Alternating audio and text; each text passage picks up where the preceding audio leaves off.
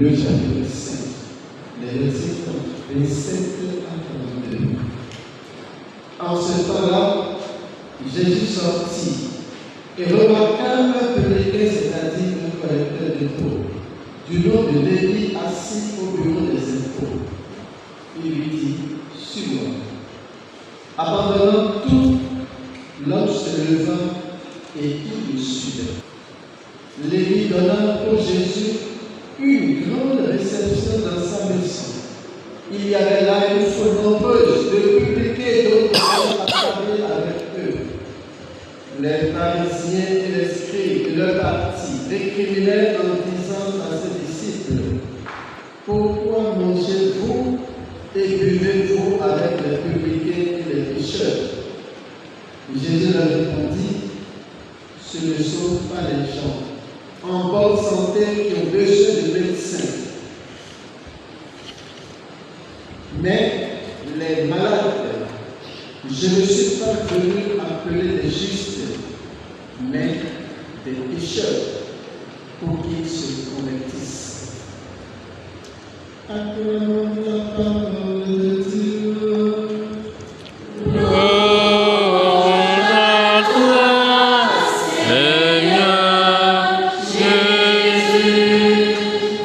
Chers amis, même si vous oubliez tout ce que je veux dire, n'oubliez pas ceci.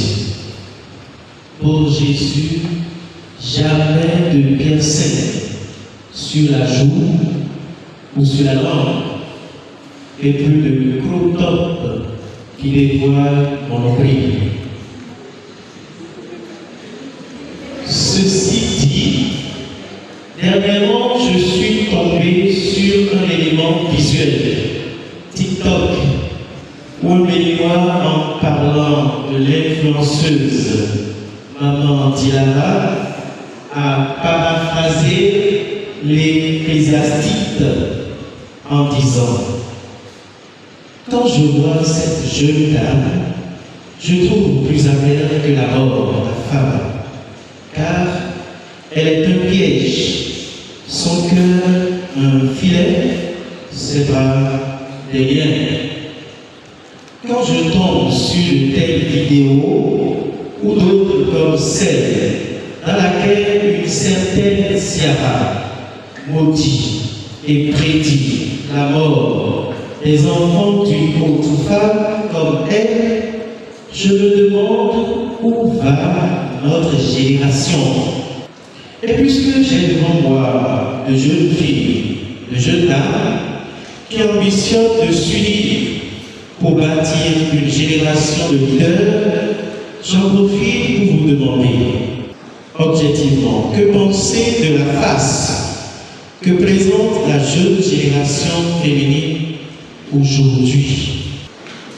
Chers amis, l'heure est grave et il urge que nous nous unissions pour renverser la tendance pour redonner le blason de la femme béninoise.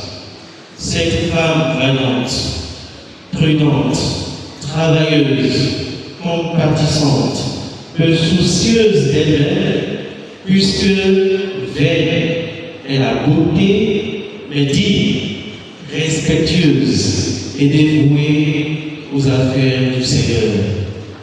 Ce portrait de la femme qu'incarnait si bien le moment a constitué le modèle jusqu'à il y a quelques années. Mais avec l'avènement des réseaux sociaux, les choses ont changé et ont même très vite changé. Mais comment renverser la tendance? En s'unissant autour du Christ, qui appelle chacun de nous, et les femmes en particulier, à être des témoins qui œuvrent pour le rayonnement du monde. Car ainsi que le dit le pape François, les femmes non seulement donnent la vie, mais elles nous transmettent la capacité de voir au-delà.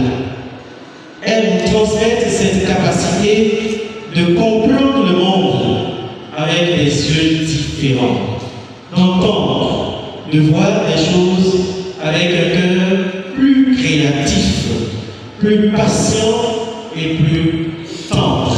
C'est tout simplement magnifique.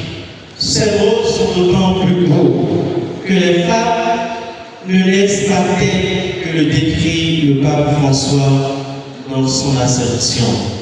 Elles le deviennent au gré du temps et des formes. La femme, celle qui veut devenir leader, ne se reconnaît pas parfaite.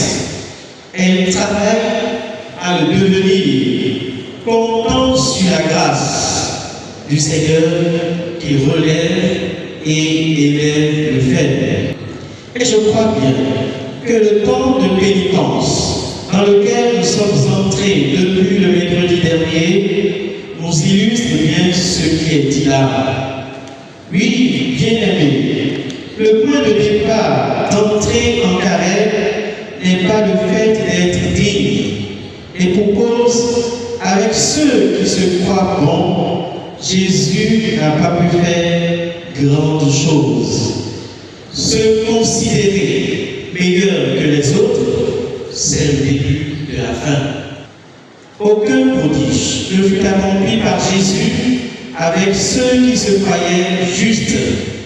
Il ne nous aime pas parce que nous avons beaucoup de talent. Il nous apprécie comme nous sommes et cherche ceux qui ne se suffisent pas à eux-mêmes. Si nous étions parfaits, il n'y aura pas d'appel de tous les Matthieu que nous sommes.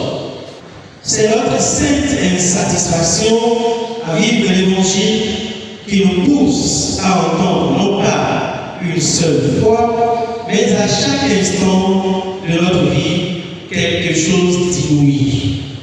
Suis-moi. Des mots pleins de miséricorde. Ce sont des mots personnalisés. Nos vies ont besoin de miséricorde. Ce sont des mots aussi adressés à notre Église. Tous les jours, le Christ s'invite en nous, mais ne nous juge pas. Je ne suis pas venu appeler des justes, mais des pécheurs.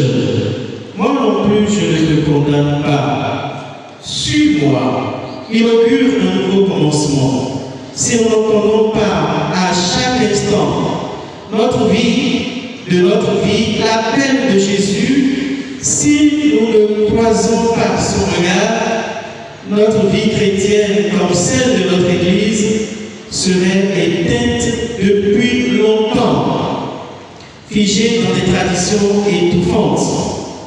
Aujourd'hui, le Christ vous dit à chacune de vous, suis-moi et aie foi en mon Père, ton Dieu.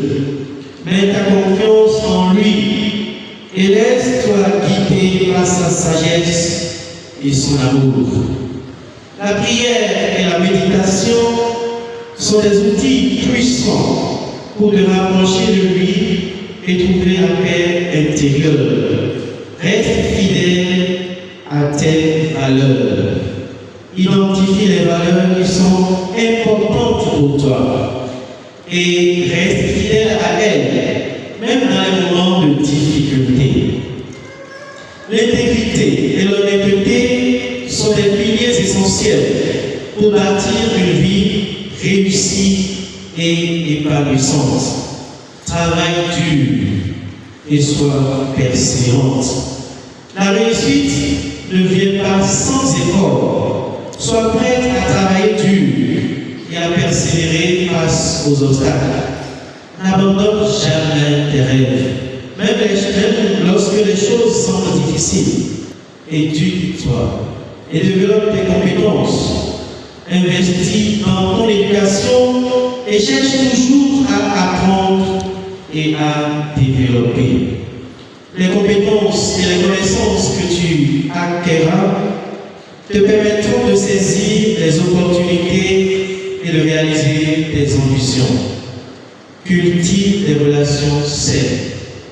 Entoure-toi de personnes qui t'encouragent et te soutiennent. Les relations saines et positives sont essentielles pour ton bien-être émotionnel et spirituel. N'hésite pas à demander conseil et soutien à ta famille, tes amis et ta communauté.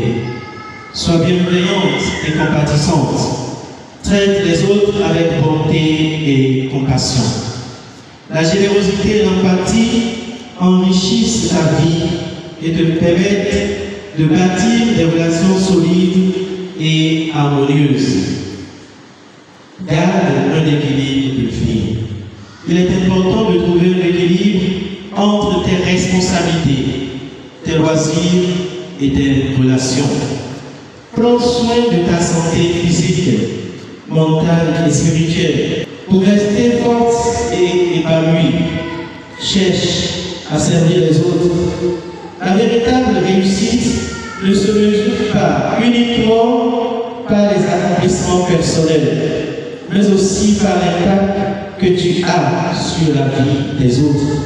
Cherche à aider et à servir les autres et tu découvriras une joie profonde et durable. Reste humble et reconnaissante. Garde toujours une attitude humble et reconnaissante. Remercie Dieu pour les bénédictions et les opportunités qu'il te donne et n'oublie jamais d'apprécier les petites choses de la vie. Que le Seigneur Marie vous aide à tendre quotidiennement vers ce idéal.